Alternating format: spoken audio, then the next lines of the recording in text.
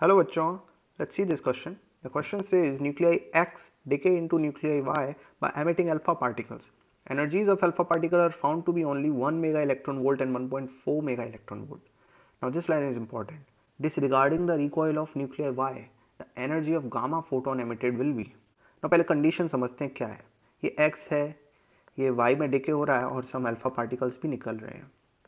Now बाद में gamma photon भी निकलता है. अब पहले ये समझते हैं कि ये गामा फोटोन कैसे निकला भाई. एक्चुअली जब एक्स डिके होता है इन सब में, तो इस प्रोसेस के दौरान कुछ अल्फा पार्टिकल्स एनर्जी एब्जॉर्ब कर लेते हैं, कुछ ज़्यादा एब्जॉर्ब करते हैं और कुछ थोड़ी कम एब्जॉर्ब करते हैं. तो इन दोनों की एनर्जी डिफरेंस की वजह से आपस में एनहाइलेट कर देते हैं और गामा फोटोन एक एनर्जी की फॉर्म में रिलीज कर देते हैं. फोटोन क्या होता है? एक फॉर्म लाइट होती है, एच न्यू इसकी एनर्जी होती है. तो इन दोनों की एनर्जी की डिफरेंस की वजह से ये फोटोन हमारा रिलीज हो जाता है. तो इस गामा फोटोन की हम एनर्जी अगर कैलकुलेट करें तो कैसे होगी? एनर्जी ऑफ गामा फोटोन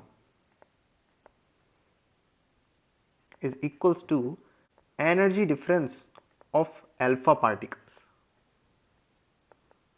हमारे अल्फा पार्टिकल्स यही हैं, हीलियम न्यूक्लियाई अल्फा पार्टिकल. तो इन दोनों की एनर्जी हमें गिवन है already, 1.4 mega electron volt minus 1.0 mega electron volt. तो ये आ गई हमारे पास 0.4 mega electron volt, which is our fourth option D. तो फाइनली हमारा आंसर आ गया. I hope you understand the concept. Best of luck.